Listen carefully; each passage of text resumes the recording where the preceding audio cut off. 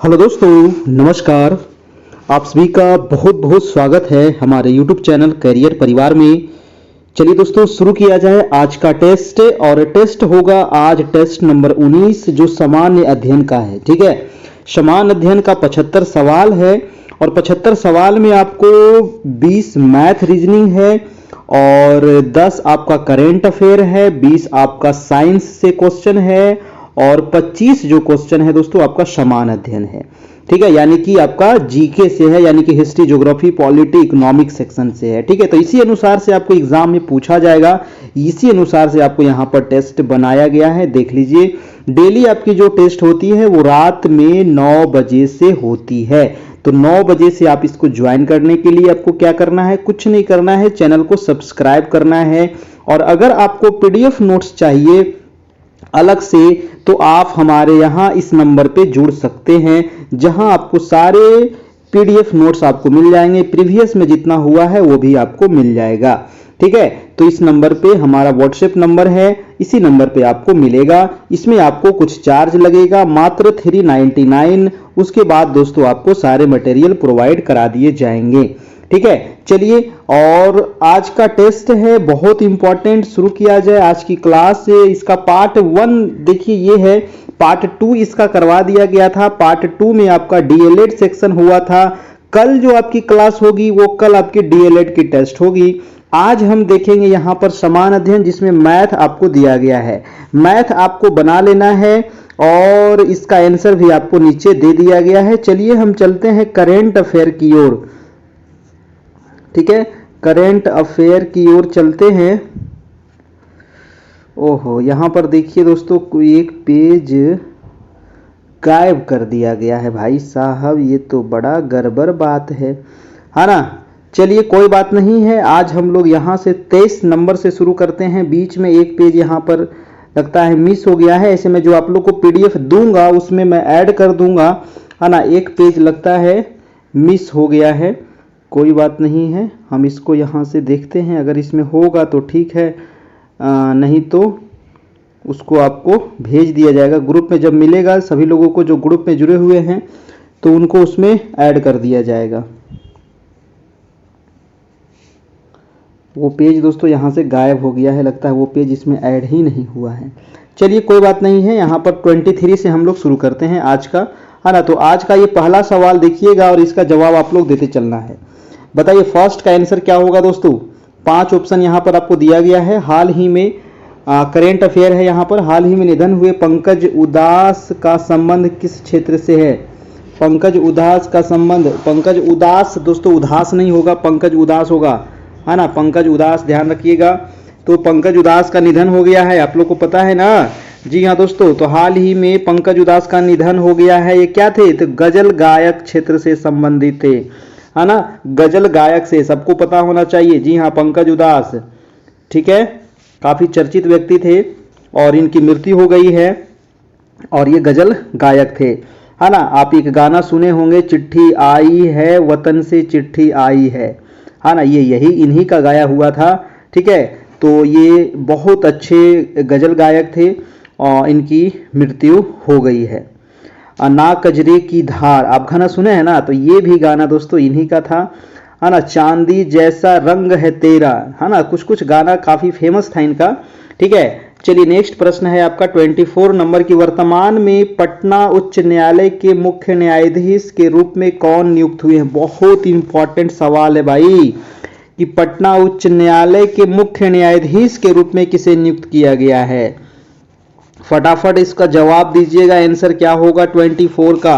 24 का आंसर हो जाएगा न्यायमूर्ति विनोद चंदन, है ना। न्यायमूर्ति विनोद चंदन जो हैं, इसके आपके मुख्य न्यायाधीश है न्यायमूर्ति विनोद चंदन। दोस्तों याद रखना है, वर्तमान में, है ना। ये आपको क्वेश्चन पूछा जाएगा। ठीक है,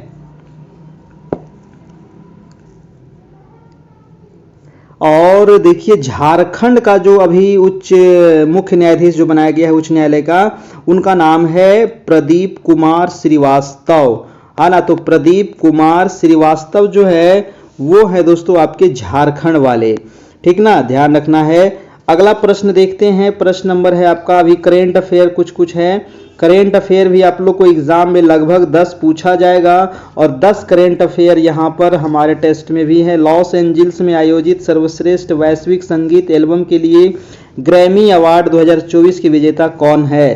देखिए सबसे पहले तो यहाँ पर पूछेगा दोस्तों ग्रैमी अवार्ड किस क्षेत्र में दिया जाता है, तो संगीत के क्षेत्र में दिया जाता है। और 2024 का जो ग्रैमी अवार्ड दिया गया है ये कहाँ पर दिया गया है, लॉस एंजल्स में दिया गया है। और सर्वश्रेष्ठ वैश्विक संगीत एल्बम के लिए ग्रैमी अवार्ड किसे दिया गया है, तो ये किसे दिया गया है जल्दी से बताइएगा।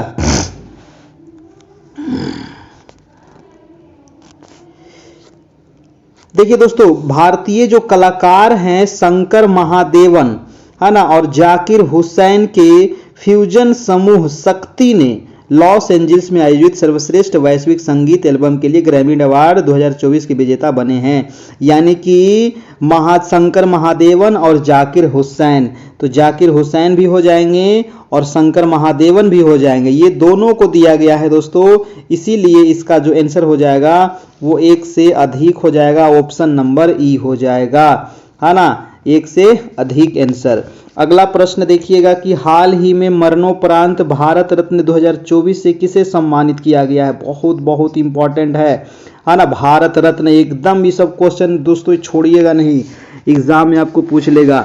तो भारत रत्न 2024 मरणोपरांत दिया गया है, मरने के बाद इनको दिया गया है, तो वो कौन थे, ऑप्शन हो जाएगा आपका आंसर नंबर क्या होगा जल्दी से बताइएगा।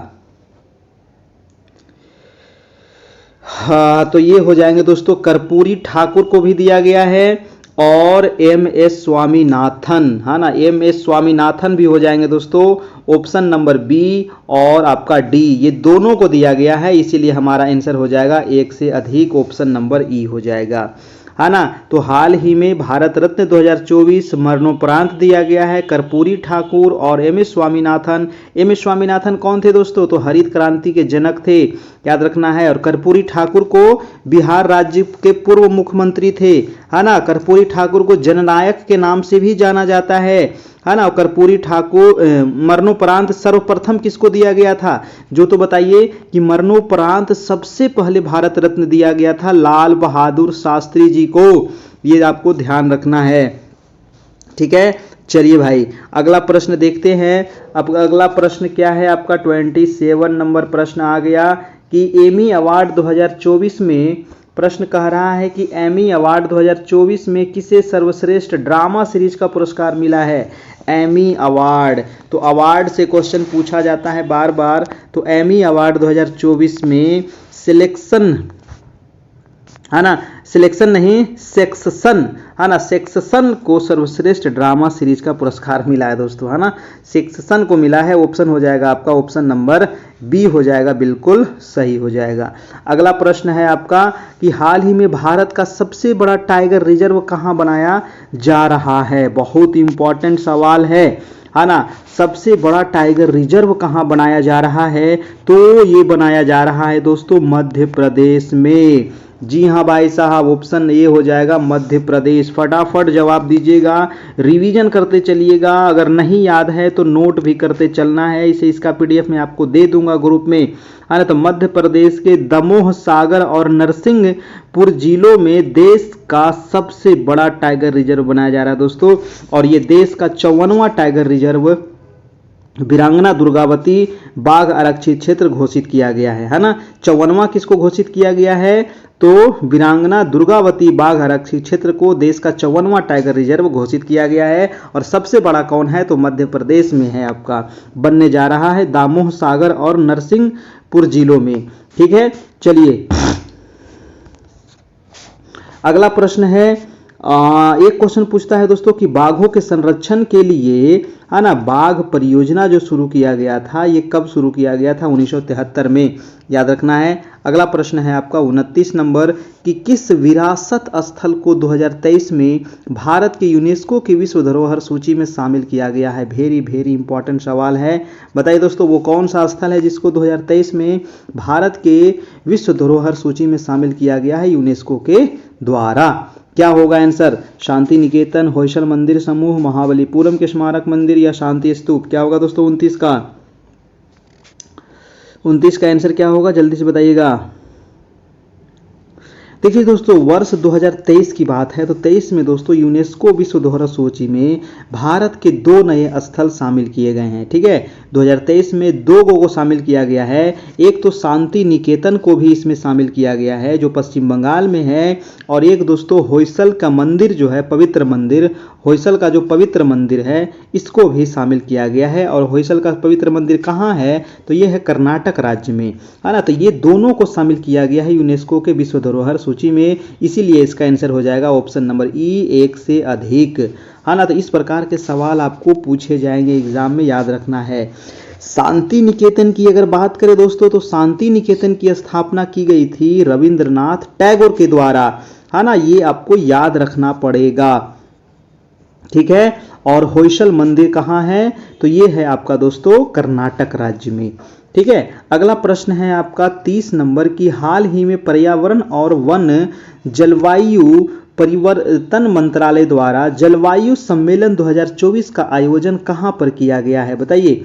बहुत बढ़िया प्रश्न है, क्योंकि जलवायु से संबंधित सवाल आपको एकदम पूछेगा, क्योंकि आजकल जलवायु से ज़्यादा पूछ रहा है। तो पर्यावरण मंत्रालय द्वारा जलवायु सम्मेलन 2024 का आयोजन जो हुआ था, ये हुआ था आपका मुंबई में। कहाँ हुआ था, मुंबई में हुआ था दोस्तों। पर्यावरण, वन और जलवायु परिवर्तन मंत्रालय द्वारा जलवायु सम्मेलन 2024 का आयोजन किया गया था, ठीक है। चलिए, और इसका विषय अगर आपसे पूछ लिया जाए कि ये जलवायु सम्मेलन जो 2024 हुआ था इसका विषय क्या था, तो decoding the green transition for India, decoding the green transition for India इसका विषय था। अगला प्रश्न है आपका 31 नंबर, 10 क्वेश्चन यहाँ पर आपका करेंट अफेयर से था। अब 20 क्वेश्चन यहाँ पर दोस्तों साइंस से आपका क्वेश्चन मिलेगा, ठीक है। तो चलिए साइंस का क्वेश्चन देखते हैं कि कौन सा दर्पण सदैव आभासी तथा छोटा एवं सीधा प्रतिबिंब बनाता है। तो वो कौन सा दर्पण है जो सदैव आभासी और छोटा और सीधा प्रतिबिंब बनाएगा, क्या होगा आंसर, जल्दी से बताइएगा। वो दर्पण कौन सा होगा, वो आपका दर्पण हो जाएगा दोस्तों उत्तल दर्पण। उत्तल दर्पण में क्या होता है कि आभासी होता है और छोटा बनता है, जितना वस्तु है ना तो वस्तु से छोटा बनता है और सीधा बनता है ना। तो आंसर हो जाएगा आपका ऑप्शन नंबर बी हो जाएगा बिल्कुल सही। देखिए उत्तल दर्पण आपका जो गाड़ी होता है ना, तो उसका जो साइड मिरर होता है दोस्तों वो आपका उत्तल दर्पण होता है। उसमें आप देखिएगा कि जो साइड मिरर होता है उसमें जो पीछे से गाड़ियां आती रहती है वो बिल्कुल छोटा रहती है और सीधा दिखाई देता है आपका, ठीक है। तो इसका आंसर हो जाएगा बी नंबर। अगला प्रश्न है 32 की, जल का अधिकतम घनत्व कितना होता है, जल का अधिकतम घनत्व। तो अधिकतम घनत्व यहाँ पर ऑप्शन के अनुसार क्या हो जाएगा सर, ऑप्शन के अनुसार हो जाएगा जल का अधिकतम घनत्व 277 केल्विन होता है ना। 277 केल्विन जो होता है ये आपका जल का अधिकतम घनत्व होता है। ऑप्शन हो जाएगा आपका ऑप्शन नंबर बी आपका बिल्कुल सही है, ठीक है। बी नंबर आपका आंसर हो जाएगा।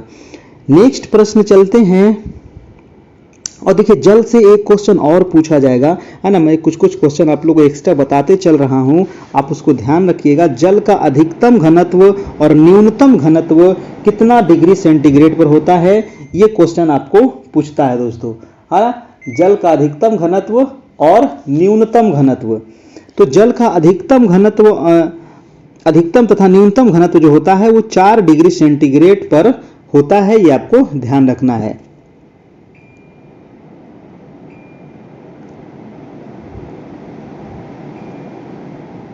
चलिए नेक्स्ट प्रश्न देखते हैं।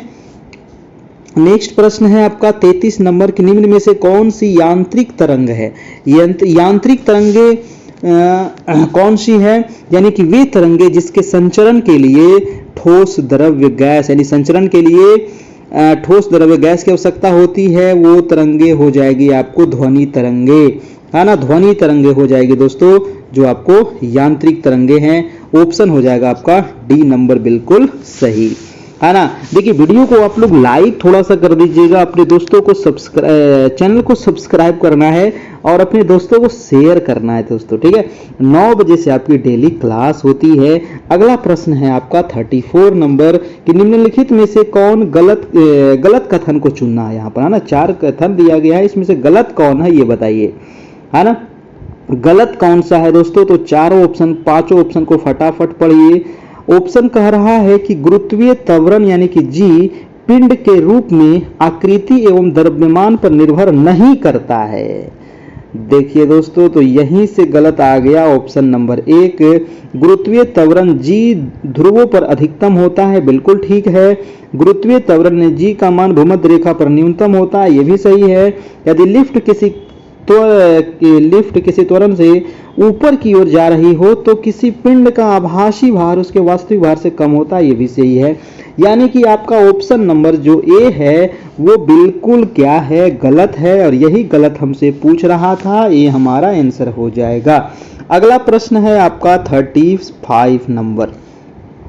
35 कह रहा है कि किसी 16 सेंटीमीटर फोकस दूरी वाले अवतल दर्पण के वक्रता केंद्र पर एक वस्तु रखी है। यदि इस वस्तु को फोकस की 8 सेंटीमीटर खिसकाया जाए तो प्रतिबिंब की आकृति क्या होगी। बताइए दोस्तों, इसका आंसर क्या होगा आपका।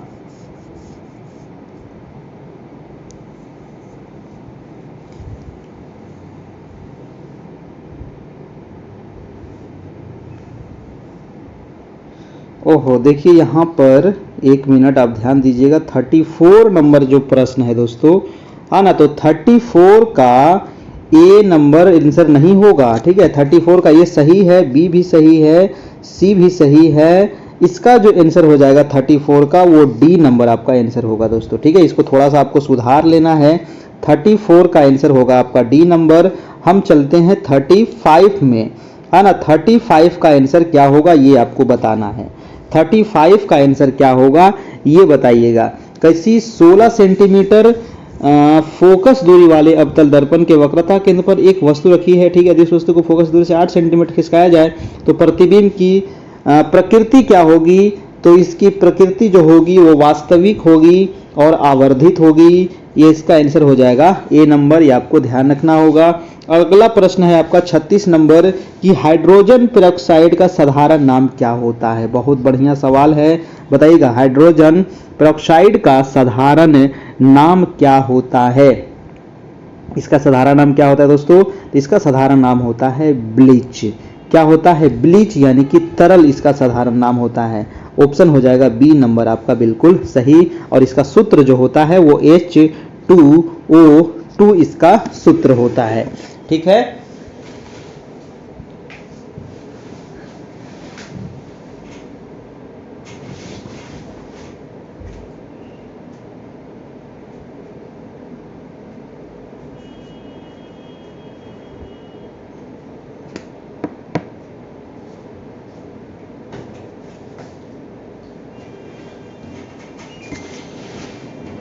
चलिए दोस्तों, नेक्स्ट प्रश्न देखते हैं। अगला प्रश्न हो जाएगा आपका 37 नंबर।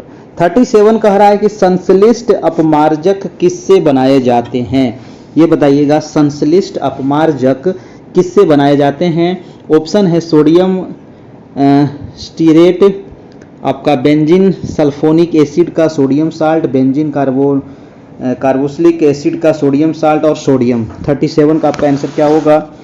संश्लिष्ट अपमार्जक जो बनाए जाते हैं वो बनाए जाते हैं आपको, ऑप्शन नंबर हो जाएगा आपका B number, benzene sulphonic acid का सोडियम साल्ट, ठीक है। अगला प्रश्न है आपका 38 नंबर। 38 प्रश्न कह रहा है कि वाटर गैस किसका मिश्रण होता है, जल्दी से बताइएगा। वाटर गैस जो होता है ये किसका मिश्रण होता है, बताइए। 38 का आंसर हो जाएगा दोस्तों, वाटर गैस जो होता है ना ये आपका कार्बन मोनोऑक्साइड और हाइड्रोजन का मिश्रण होता है। तो कार्बन मोनोऑक्साइड कहाँ गया, और हाइड्रोजन जो है ये ऑप्शन नंबर आपका सी हो जाएगा। कार्बन मोनोऑक्साइड और हाइड्रोजन गैस का होता है वाटर गैस मिश्रण। अगला प्रश्न है आपका प्रश्न नंबर 39 नंबर। 39 सवाल है कि आधुनिक आवर्त सारणी में, आधुनिक जो आवर्त सारणी है पीरियोडिक टेबल है, किसी आवर्त में बाएं से दाएं जाने पर धात्विक लक्षण क्या होता है ना। तो बाएं से दाएं जाने पर धात्विक लक्षण क्या होगा ये बताना है आपको, है ना। आधुनिक आवर्त सारणी में तो ये होता है दोस्तों घटता है, क्या होगा, घटता है इसका धात्विक लक्षण, ये आपको ध्यान रखना है। तो आवर्त में बाएं से दाएं जाएंगे तो धात्विक गुण बढ़ेगा और आपको बाएं से दाएं जाएंगे तो धात्विक गुण घटेगा आपका। बाएं से आवर्त में बाएं से दाएं जाने पर धात्विक गुण घटता है, ठीक है, याद रखना है। और ऊपर से नीचे आने पर दोस्तों, हाँ सॉरी, ऊपर से अगर नीचे आएंगे तो ऊपर से अगर नीचे आएंगे दोस्तों तो पीरियोडिक टेबल में धात्विक गुण बढ़ता है। और अगर कहें कि बाएं से दाएं जाने पर अधात्विक गुण बढ़ता है और धात्विक गुण घटता है, ठीक ना। इसका चार्ट भी आपको कभी बताया जाएगा। अगला प्रश्न है आपका 40 नंबर कि एक उदासीन परमाणु बना होता है। एक परमाणु जो होता है दोस्तों ये किसका बना होता है ना। तो एक परमाणु जो होता है आपका न्यूट्रॉन, प्रोटॉन और इलेक्ट्रॉन, ये तीनों रहता है इसमें। ऑप्शन नंबर डी हो जाएगा। न्यूट्रॉन, प्रोटॉन और इलेक्ट्रॉन से ये बना हुआ होता है, ठीक है। चलिए नेक्स्ट प्रश्न है आपका 41 नंबर, निम्नलिखित में से कौन सा रोग मच्छरों द्वारा फैलता है। मच्छर के द्वारा कौन सा रोग फैलता है दोस्तों ये बताना है। मच्छर के द्वारा बहुत सारा रोग फैलता है, इसलिए मच्छरदानी लगा के सोना बहुत जरूरी है। 41 का आंसर हो जाएगा फाइलेरिया। जी हाँ, ऑप्शन के अनुसार आपका हो जाएगा फाइलेरिया। फाइलेरिया जो है दोस्तों ये मच्छरों के द्वारा फैलता है। ऑप्शन नंबर हो जाएगा आपका ए नंबर फाइलेरिया। फाइलेरिया रोग को हाथी पांव रोग भी कहा जाता है ना। आंसर हो जाएगा आपका ए। अगला प्रश्न है आपका 42 नंबर कि डीएनए में कौन सा अमीनो अम्ल उपलब्ध नहीं होता है। बताइए डीएनए में कौन सा अमीनो अम्ल उपलब्ध नहीं होता है। 42 का क्या होगा, तो डीएनए में दोस्तों टायरोसिन को छोड़ करके, है ना, टायरोसिन को छोड़ करके अन्य सभी विकल्प अमीनो अम्ल में उपस्थित होते हैं। तो कौन सा नहीं होगा, तो आंसर हो जाएगा टायरोसिन। टायरोसिन के अलावा इसमें साइटोसिन, एडेनिन और ग्वानिन इसमें होता है डीएनए में, है ना। क्या नहीं होता है, तो ऑप्शन नंबर बी आपका इसमें नहीं होता है टायरोसिन। अगला प्रश्न है आपका 43 नंबर कि रुधिर का कौन सा घटक रुधिर में सबसे अधिक मात्रा में पाया जाता है। तो रुधिर में कौन सा घटक सबसे अधिक मात्रा में होता है दोस्तों, तो 43 का हो जाएगा वो होता है प्लाज्मा, है ना। प्लाज्मा हो जाएगा आपका आंसर नंबर बी हो जाएगा, ठीक है। प्लाज्मा जो है वो रुधिर में सबसे अधिक पाया जाता है। संपूर्ण रुधिर का 55% आपका प्लाज्मा होता है। प्लाज्मा रुधिर का तरल भाग होता है। प्लाज्मा जो होता है वो हल्के पीले रंग का चिपचिपा और थोड़ा क्षारीय द्रव्य होता है। प्लाज्मा में 90% भाग जल होता है और 10% भाग प्रोटीन तथा कार्बनिक एवं अकार्बनिक पदार्थ इसमें होते हैं। अगला प्रश्न चलते हैं, प्रश्न नंबर आपका 44 नंबर। 44 कह रहा है कि मेंडल ने मटर के पौधों को चुना। जी हाँ दोस्तों, मटर के पौधों पर जो अध्ययन किया गया वो मेंडल महोदय के द्वारा किया गया, है ना। और इसका आंसर हो जाएगा ये आसानी से उपलब्ध थे, ये सस्ते थे। इसका आंसर क्या होगा ये पूछ रहा है। उनके विषय दिखने वाले गुण थे। इसका आंसर हो जाएगा दोस्तों सी नंबर आपका। मेंडल ने मटर के पौधों को चुना, क्यों चुना था, तो उनके विषय दिखने वाले गुण थे, इसी वजह से। मटर के पौधे के चयन के कारण, सफलता के कारण बहुत सारा कारण है। मटर का जो पौधा है वार्षिक पौधा है, अतः इसका जीवन चक्र छोटा होने से इसके अनेक पीढ़ियों के अध्ययन में सुविधा मिलती है। इसके पौधे में द्विलिंगी पुष्प पाए जाते हैं। इसके पौधे में अनेक तुलनात्मक लक्षण पाए जाते हैं। आंसर हो जाएगा सी नंबर। अगला प्रश्न है आपका 45 नंबर। सवाल कह रहा है कि कैंसर जनक कारक कौन है। कैंसर जनक कारक हैं, कौन सा कारक हो जाएगा 45 का।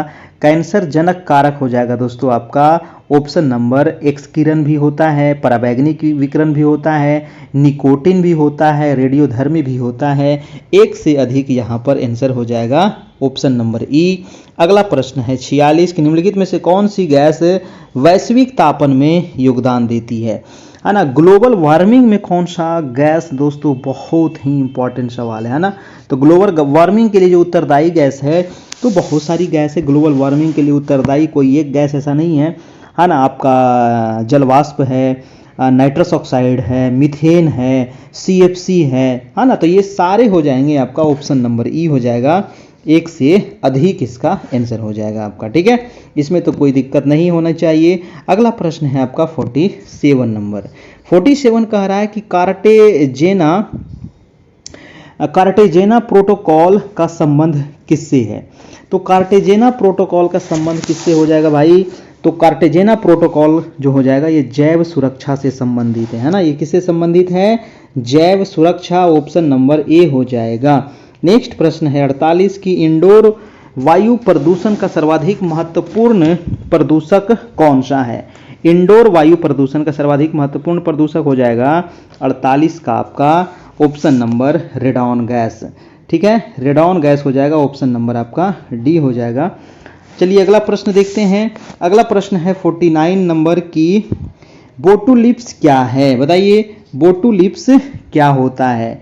बोटुलिप्स क्या होता है, तो बोटुलिप्स जो है ये एक प्रकार का भोजन दूषक है जो कि क्लोस्ट्रीडियम बोटुलिनियम जीवाणु द्वारा होता है और ये पॉइजनस टॉक्सिन स्रावित करता है जिससे मृत्यु हो जाती है, और इसीलिए आपका जो आंसर है आपका ऑप्शन नंबर ए है।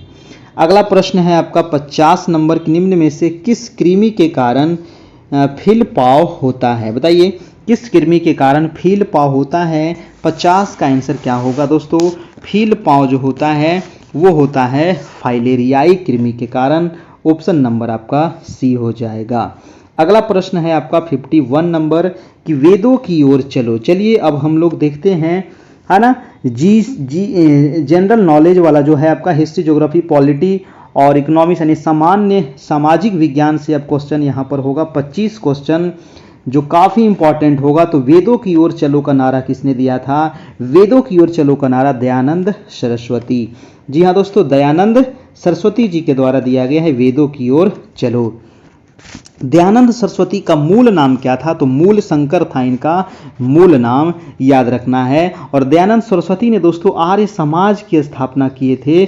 कब किए थे, 1875 में किए थे, याद रखना है। आर्य समाज की स्थापना और कहां पर किए थे, तो मुंबई में किए थे, है ना। अगला प्रश्न है आपका प्रश्न नंबर 52 नंबर कि 1909 ईस्वी में कर्जन वाइली किसके हाथों मारा गया था। तो 1909 में कर्जन वाइली मारा गया और ये किसके हाथ से मारा गया, तो मदन लाल ढींगरा जी इसको ठोक दिए थे, है ना। तो मदन लाल ढींगरा हो जाएगा, ऑप्शन नंबर आपका बी नंबर हो जाएगा। मदन लाल ढींगरा जो थे वो अभिनव भारत क्रांतिकारी संगठन का सक्रिय सदस्य थे और इन्होंने 1909 ईस्वी में कर्जन वाइली मदन लाल ढींगरा के हाथों मारा गया। मदन लाल ढींगरा ने 1 जुलाई 1909 को इंडियन नेशनल एसोसिएशन के वार्षिकोत्सव के दौरान कर्जन वाइली की हत्या की थी। ठीक है, मदन लाल ढींगरा को बेली कोर्ट ने मृत्यु दंड का आदेश दिया था और 17 अगस्त 1909 को मदन लाल ढींगरा को फांसी दिया गया था। अगला प्रश्न है कि जालियांवाला बाग हत्याकांड किस दिनांक को हुआ था। तो ये दिनांक आपके एकदम जुबान पर होनी चाहिए। कब हुई थी दोस्तों, 13 अप्रैल 1919 को हुई थी, है ना। 13 अप्रैल 1919 को हुई थी, जो किसी भी ऑप्शन में नहीं है।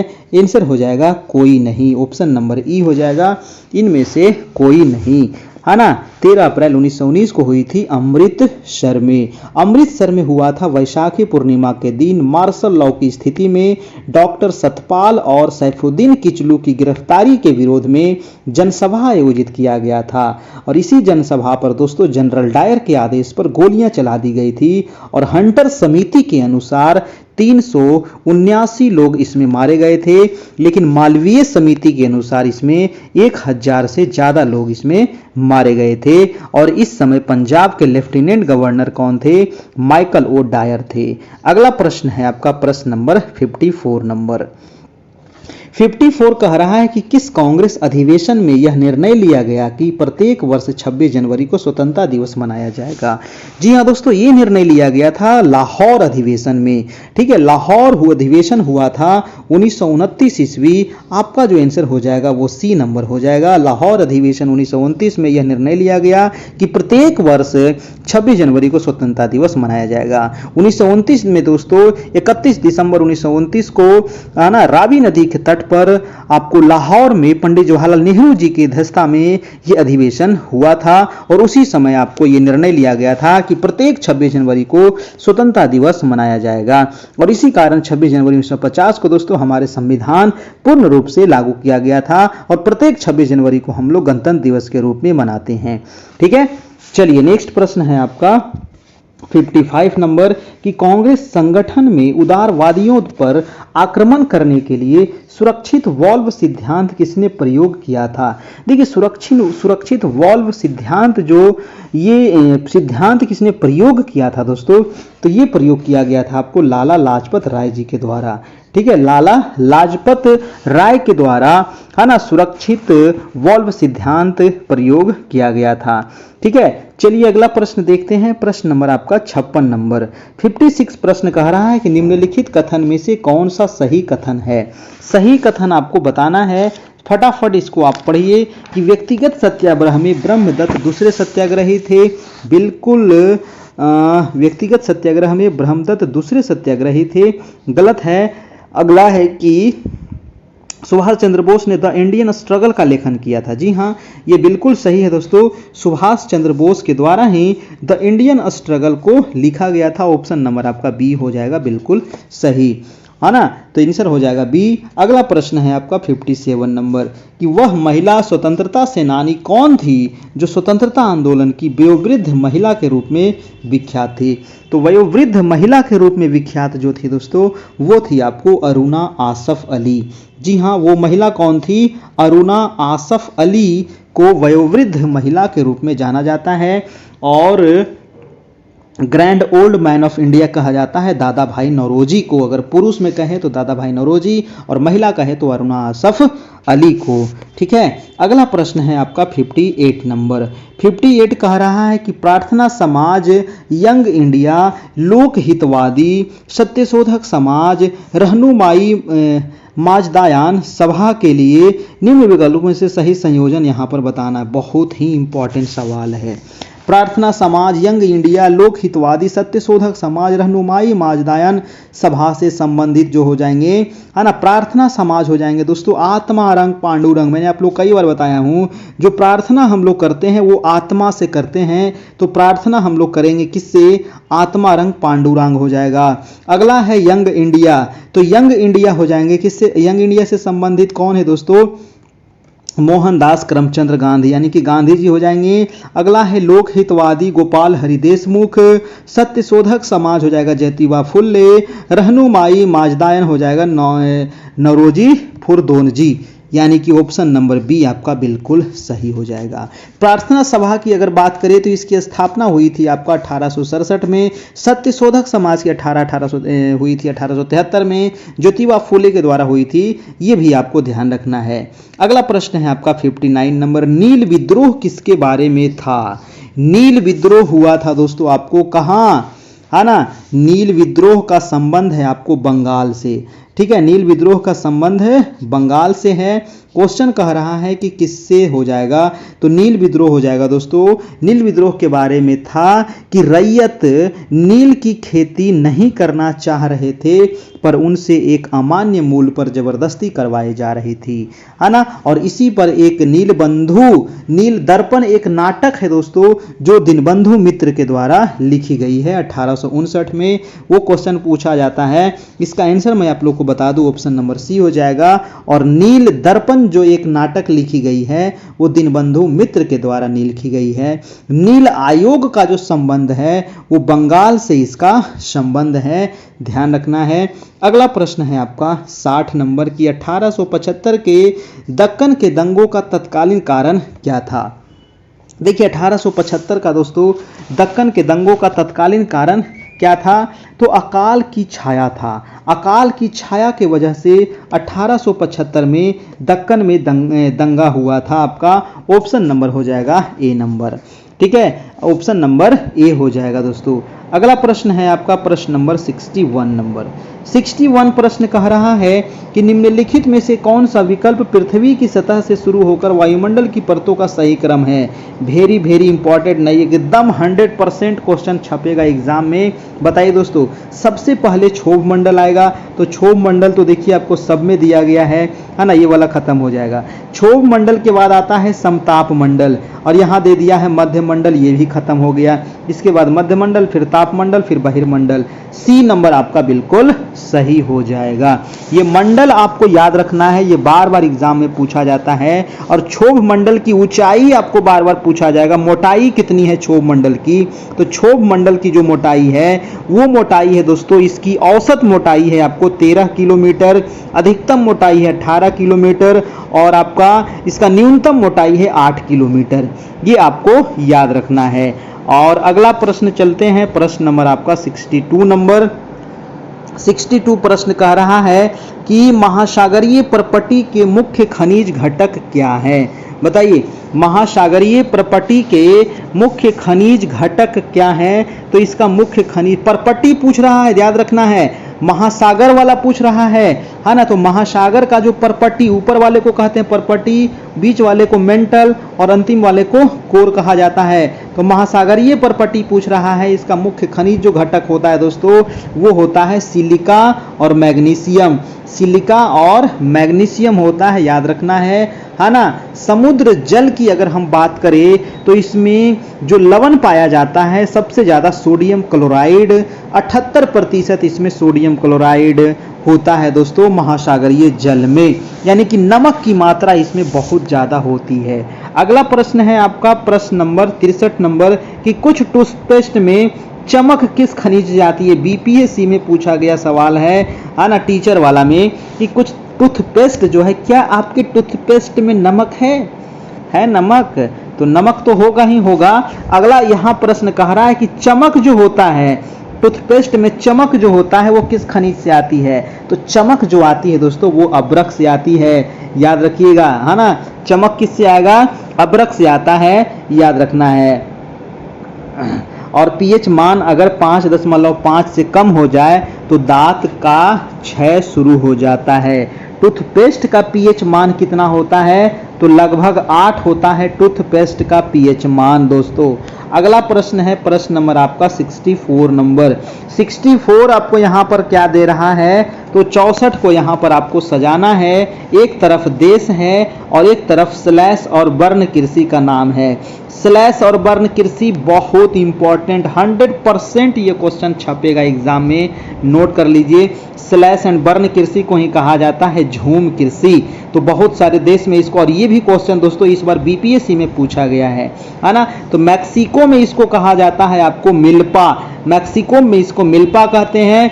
ब्राजील में इसको दोस्तों आपको रोका कहते हैं। वियतनाम में इसको रे कहा जाता है। इंडोनेशिया में इसको लदांग कहते हैं। अब इसको आप मिला लीजिए, ऑप्शन नंबर हो जाएगा सी नंबर 2143 है ना। मैक्सिको में मिल्पा, म से मैक्सिको और म से मिल्पा। ब्राजील में इसको रोका, वियतनाम में रे, इंडोनेशिया में लदांग है ना। अगला प्रश्न इंडोनेशिया में लदांग। अगला प्रश्न है आपका 65 नंबर है ना। एकदम आपको 100% पूछेगा दोस्तों झूम कृषि वाला। भारत में इसको झूम की कृषि कहते हैं। भारत के किस स्थान पर सर्वाधिक वर्षा होती है। बच्चा को याद है कि सबसे अधिक वर्षा होने वाला जो जगह है वो है आपका मासिनराम। मासिनराम है आपका मेघालय में, और यहाँ पर जो वर्षा होती है वो 1141 सेंटीमीटर यहाँ पर बारिश होती है दोस्तों, रिकॉर्ड किया गया है ना। सबसे कम अगर वर्षा की बात करें भारत में तो वो हो जाएगा लेह वाला स्थान है ना। लेह लद्दाख जो है यहाँ पर सबसे कम बारिश होती है। भारत में सबसे अधिक वर्षा किस मानसून से होता है, तो दक्षिण पश्चिम मानसून से होता है। जो सबसे पहले कहाँ पे आता है, तो सबसे पहले दोस्तों ये केरल राज्य में 1 जून को टकराता है, जून के प्रथम सप्ताह में। अगला प्रश्न चलते हैं, प्रश्न नंबर है आपका 66। ग्रेट विक्टोरिया मरुस्थल कहाँ स्थित है। देखिए ग्रेट विक्टोरिया जो है ये पड़ता है आपको ऑस्ट्रेलिया में है ना। ग्रेट सैंडी, ग्रेट विक्टोरिया सब ऑस्ट्रेलिया में है आपका, याद रखना है। तो ग्रेट वाला जो हो जाएगा, ऑस्ट्रेलिया का लोग होते हैं बहुत ग्रेट यानी कि महान होते हैं। तो ग्रेट विक्टोरिया कहाँ है दोस्तों, आपका ऑस्ट्रेलिया में है, याद रखना है। ठीक है। चलिए, Great Victoria Australia, Great Victoria Desert जो है दक्षिण पश्चिम ऑस्ट्रेलिया में है, और विक्टोरिया मरुस्थल का नामकरण ब्रिटेन के महारानी से संबंधित है दोस्तों, है ना। ग्रेट सैंडी मरुस्थल, सिम्पसन हो गया, गिब्सन हो गया, सब है ऑस्ट्रेलिया माँ को। अगला है भारत पाकिस्तान में थार मरुस्थल।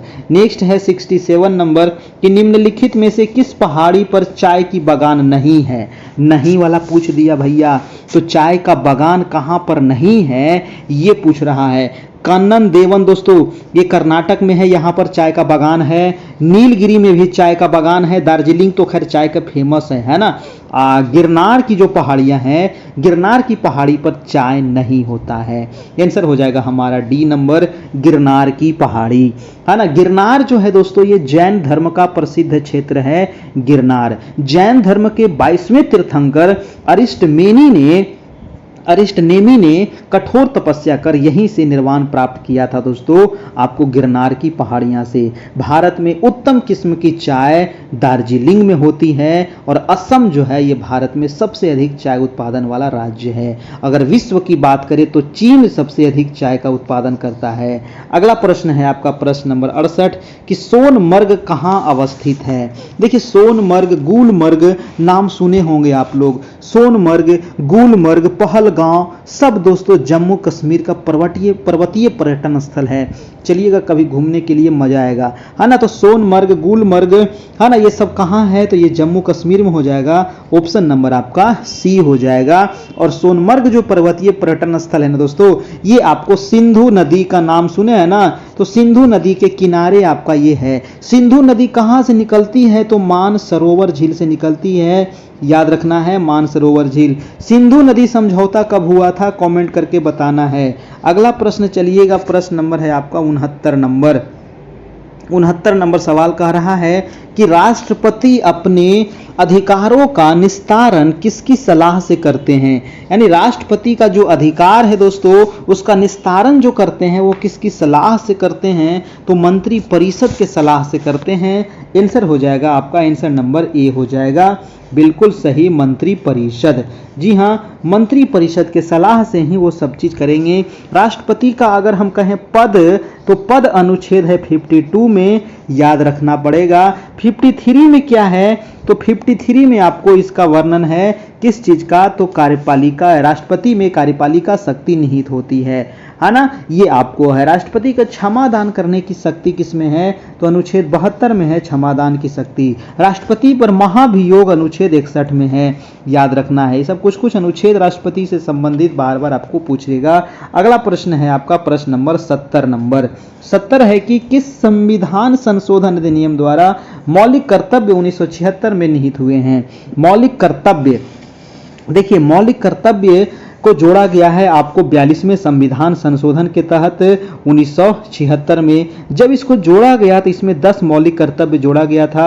वर्तमान में टोटल 11 मौलिक कर्तव्य हैं। 86वें संविधान संशोधन हुआ था आपको 2002 ईस्वी में दोस्तों। उसी समय आपको 11वां मौलिक कर्तव्य को जोड़ा गया था, जिसमें कहा गया था कि 6 साल से लेकर के 14 साल तक के जितने भी बच्चे हैं उनको अनिवार्य और निःशुल्क शिक्षा दी जाए। और इसको जगह आपको मौलिक अधिकार में भी दिया गया था, अनुच्छेद 21 के ए में भी इसको जगह दिया गया था। ठीक है, ये चीज भी आपको ध्यान रखना है ना। मौलिक कर्तव्य कहां से लिया गया है, तो ये रूस के संविधान से दोस्तों आपको लिया गया है मौलिक कर्तव्य, है ना। ये भी आपको याद रखना पड़ेगा। चलिए जी अगला प्रश्न देख ले। अगर आपसे सवाल पूछे कि हमारे मूल संविधान में कितने मौलिक कर्तव्य थे, तो 0 मौलिक कर्तव्य थे, क्योंकि मूल संविधान में मौलिक कर्तव्य था ही नहीं भाई साहब, है ना। और अनुच्छेद कितने में इसका वर्णन है, तो अनुच्छेद 51 के ए में इसका वर्णन है। अगर कहें भाग कितने में है, तो भाग 4 के क में इसका वर्णन है। अगला प्रश्न है आपका प्रश्न नंबर है 71 नंबर की जब केंद्र और राज्य सरकारों में शक्ति लेकर स्थानीय सरकार को दे दी जाती है तो उसको क्या कहते हैं। जब केंद्र और राज्य सरकार से शक्ति लेकर के स्थानीय सरकार को दे दी जाती है तो उसको कहा जाता है विकेंद्रीकरण। इसको क्या कहते हैं भाई साहब, इसको कहते हैं विकेंद्रीकरण कहा जाता है। ऑप्शन नंबर ए हो जाएगा। भारत में चोल प्रशासन में विकेंद्रीकरण की प्रवृत्ति प्रबल थी, ये आपको याद रखना है।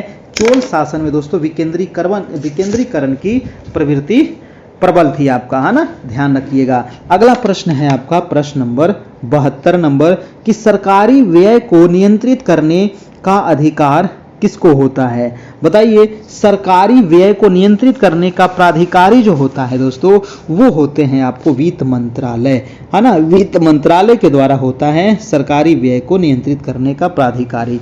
ठीक है, चलिए अगला प्रश्न देखते हैं। अगर आपसे पूछे कि वित्त आयोग का गठन अनुच्छेद कितने के तहत होता है, तो अनुच्छेद 280 के तहत होता है वित्त आयोग का गठन, है ना। चलिए, और कितने अनुच्छेद के तहत दोस्तों वित्त आयोग अपनी रिपोर्ट को सौंपते हैं राष्ट्रपति को, तो अनुच्छेद 281 के तहत वित्त आयोग जो है अपनी रिपोर्ट को किसको सौंपेंगे, तो राष्ट्रपति को सौंपेंगे। अगला प्रश्न है 73 नंबर कि भारतीय संविधान में वर्णित लोक लेखा समिति में कुल कितने सदस्य हैं? लोक लेखा समिति मैं बहुत बार बता चुका हूं कि इसमें टोटल दोस्तों 22 सदस्य होते हैं। कितने होते हैं? टोटल 22 होते हैं, और 22 में 15 प्लस 7 होता है। 15 जो होता है दोस्तों ये लोकसभा से आते हैं, और 7 जो होता है ये राज्यसभा से आते हैं। ठीक है, तो ये आप ध्यान रखना है, 7 इसमें राज्यसभा के सदस्य होते हैं और 15 लोकसभा के सदस्य होते हैं। लोकसभा अध्यक्ष जो होता है लोक लेखा समिति के अध्यक्ष को मनोनीत करता है, और इसी समिति का अध्यक्ष विपक्ष के किसी सदस्य को बनाया जाता है। इसका कार्यकाल जो होता है वो 1 वर्ष का इसका कार्यकाल होता है। ये सारे सवाल याद रखना है। अगला प्रश्न है आपका 74 नंबर। देखिए, अभी तक वीडियो को लाइक नहीं किए हैं तो आप वीडियो को लाइक कर दीजिए, नहीं तो आपको बाहर कर दिया जाएगा। चलिए कोई बात नहीं है, और चैनल पर नए हैं तो सब्सक्राइब भी कर लीजिएगा। इसका पीडीएफ आपको मिल जाएगा हमारे ग्रुप में, तो ग्रुप में नहीं जुड़े हैं तो आप फटाफट उसमें जुड़ जाइए, वहां पर आपको मिल जाएगा। National institute of transforming India की स्थापना कब की गई थी? नेशनल इंस्टीट्यूट फॉर ट्रांसफॉर्मिंग की स्थापना हुई थी दोस्तों आपका ऑप्शन नंबर 1 जनवरी 2015 को हुई थी। 1 जनवरी 2015 को हुई थी इसकी स्थापना, और वर्तमान में national institute of transforming India NITI Aayog के अध्यक्ष जो हैं वो हैं आपको प्रधानमंत्री।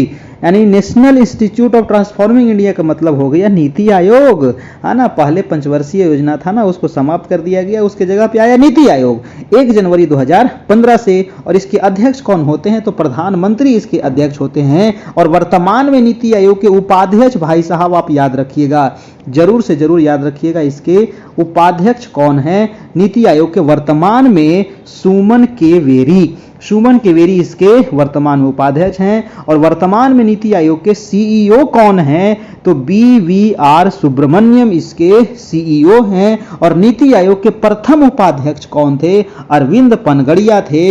वेरी वेरी इंपॉर्टेंट, ये मैं 4 सवाल बताया हूं, एक सवाल आपको एग्जाम में छपेगा। अगला प्रश्न है, और आज का लास्ट प्रश्न कह रहा है कि निम्न में से कौन सा अनुच्छेद पंचायत के गठन के लिए राज्य सरकारों को निर्देश देता है? देखिए, पंचायत का गठन होता है अनुच्छेद 40 के तहत, है ना। पंचायत का जो गठन होता है वो अनुच्छेद 40 के तहत, भाग 4 के तहत और अनुच्छेद 40 के तहत, और ये है नीति निर्देशक तत्व के तहत दोस्तों, है ना। चलिए, पंचायती राज का मूल यूनिट कौन होता है? तो मूल यूनिट यानी कि सबसे छोटा जो सबसे निचले पायदान पर होता है वो ग्राम पंचायत होता है दोस्तों। इसका आंसर हो जाएगा आपका ऑप्शन नंबर बी हो जाएगा, बिल्कुल सही हो जाएगा। तो ये रहा आज का सवाल, ये रहा इसका आंसर। इसको आप बनाइएगा, 1-2 बार इसको देखिएगा, सारे सवाल को आप रट लीजिएगा जो भी मैंने बताया हूँ। यहाँ से 1-2 सवाल आपके एग्जाम में 100% पूछे जाएंगे।